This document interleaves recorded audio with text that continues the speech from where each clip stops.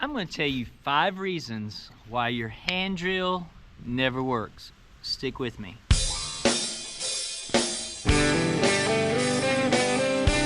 Alright, so the first reason that a lot of hand drills don't work is because of pieces. You know, the pieces you choose to make your hand drill. And you know, not all of these pieces will work together. I heard butterfly bush will make a great hand drill set, so I carved this off a butterfly bush, and I got this nice spindle off a branch of butterfly bush. And you put these two together. I want you to see that tip right there. And you work and work and work, and all you get is glossing. I then heard dog fennel. So I went out and I got me a dog fennel spindle. And I said, what will work with dog fennel? Well, some people said pine will work. You know, so there I go working with pine. I can't get it to work. I try working with a butterfly bush. I can't get it to work. But then one day, I took this piece and I put it on a piece of hickory that I'd used for a bow drill fireboard. And lo and behold, I got my first ember. Yes, yes, yes, yes! So you know, pieces are critical. You got to get the right pieces. And so what do I use today? Well, presently I'm using a piece of yellow crowned weed. I got a bunch of it right over here. And so dried out, this stuff works incredibly well. And I'm using an oak fireboard. And so these two together are producing embers relatively easily. This right here is a piece of, I do believe, tulip poplar, and it's working great. It's giving me embers. So you know, these things are compatible. They work great. Now I will tell you this, this fireboard right here and the dog fennel looked promising, but ate right through it. So these pieces, even though this right here and this right here will give me an ember, this and this did not give me an ember, nor did this and this give me an ember. So, you know, think about the pieces and understand that not all of them work together, but when you find the combination that works, it unlocks a hand drill for you. All right, so that's the first reason, your pieces. All right, the second reason that your hand drill typically doesn't work is the properties of your pieces. Properties meaning the attributes, the physical characteristics. Now I want you to notice on this butterfly board here that it's soft enough I can get my thumbnail in there, so that's good. My spindle here, soft enough that I can get my fingernail in there. But you know, the problem with these are the properties. This right here is super dense. It is dry, but it has no decay in it whatsoever. So the properties of this is what's causing that kit not to work. Now this right here is a piece of oak, as is this a piece of oak. But again, the properties, this stuff is so dry and it is so lightweight. It talks about how degraded it is beginning to get. And this piece here shows some good characteristics of the spalting throughout the wood. And you see the spalting right here. And so these are good examples of wood that is decaying, but not all gone. And so the properties are very important for the success of a hand drill. When we talk about our spindles, the properties of these are very important too. You'll notice with the dog fennel, it's got a hollow, pithy center, as does the yellow crown weed. Now, I'm not saying you can't use other things, but I will tell you that weeds that have a pithy center and enough outer wall that can create the friction needed, they're very likely to be things of the right property. Now again, we talk about the properties, they also have to be dry. So not just dead, but dry. Not just decayed, but dry. So all of these parts and pieces are very dry. Okay, so what's the third thing that can keep you from hand drill success? I'll tell you, 1, we have our pieces. 2, we have the properties of those pieces. And 3, we have the process that you're using. Now, if you're like me, you started off the hand drill and you started just going at it for all you're worth. I'll give you an example. You go at it, and you go at it, you go at it, and you go at it, and you go at it, and you just keep at it so hard, so fiercely, that what you're doing is just running out of steam. And you know, you have to have steam inside of you to get that ember. And so, what is a good process? Well, let me show you what I consider a good process. So what we'll do is float. Now this is a good process. Not just going at it super hard till you're out of breath and out of energy, but warming that board up by floating.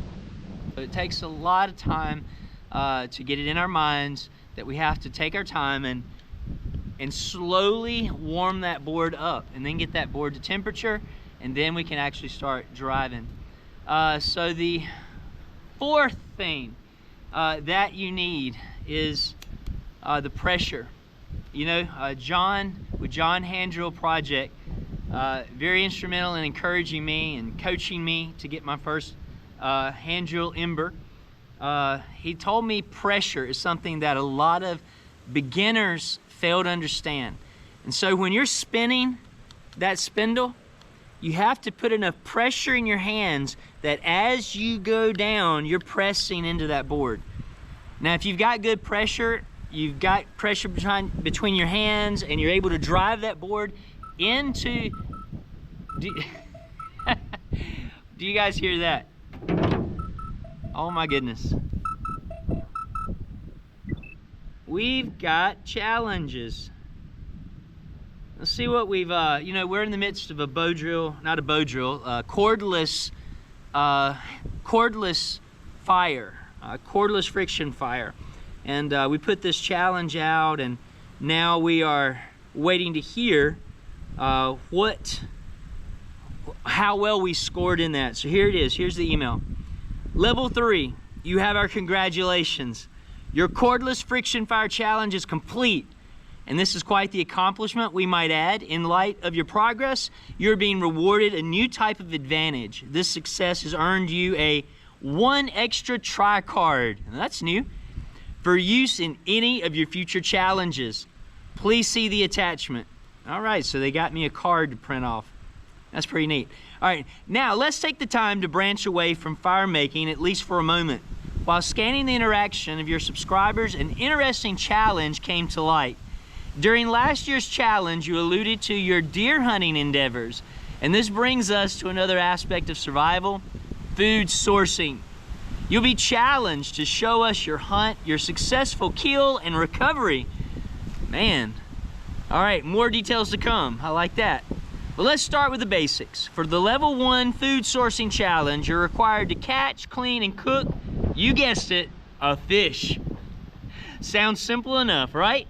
Well, before you rush into this one, ask yourself, will it take 1, 2, or 3 trips to the river, lake, or pond? Because if you fail this one, you're going to lose your fixed blade knife. Carefully weigh your options, and as always, we look forward to your response. All right, so hey, One, our cordless friction fire was accepted, and now we have a new set of challenges that we're gonna have to think about. Food sourcing.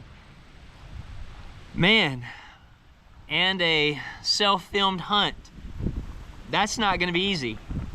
All that to say, challenge accepted. All right, so where were we? Oh yeah, pressure.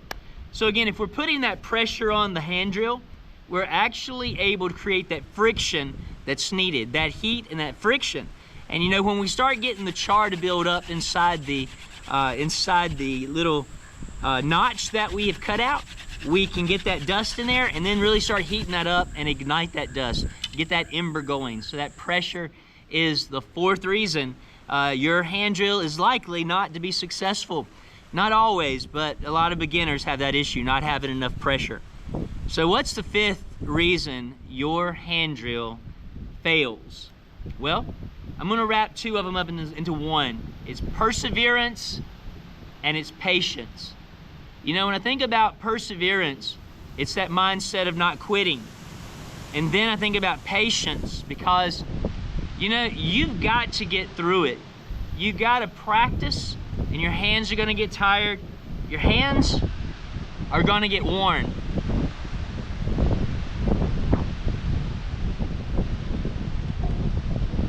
It's incredibly windy today.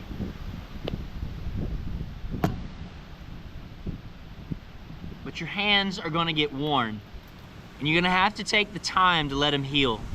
And that's gonna take patience.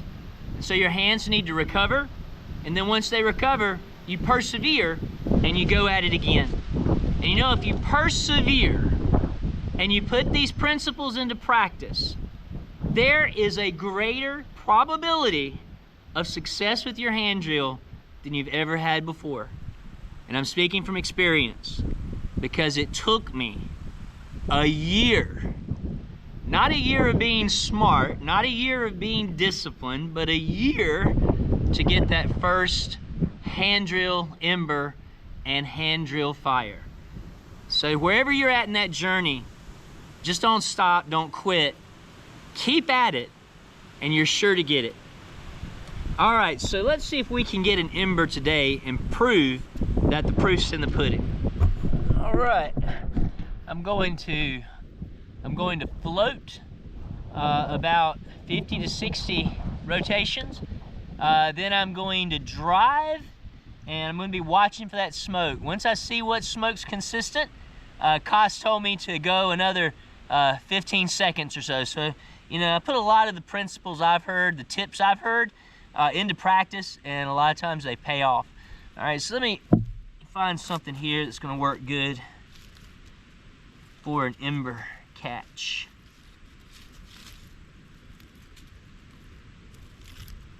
All right, let's see what we can get right here. I always got to remember to take off that wedding band. And to not forget I put it in my pocket. Now here we go with the floating.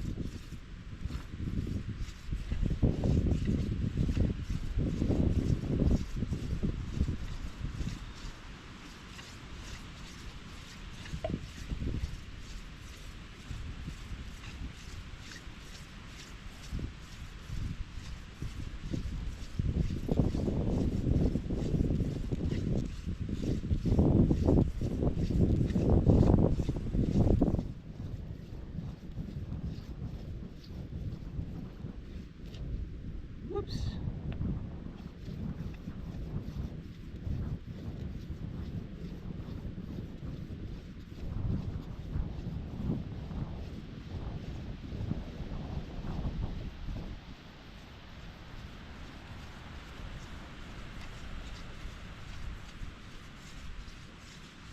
All right, here we go.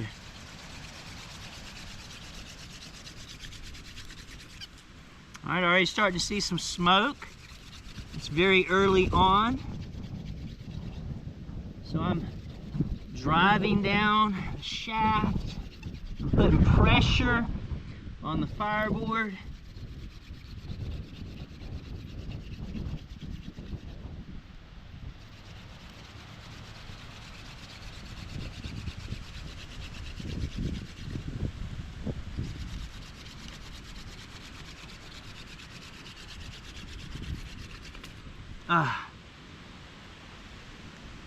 And looks like we got ourselves an ember.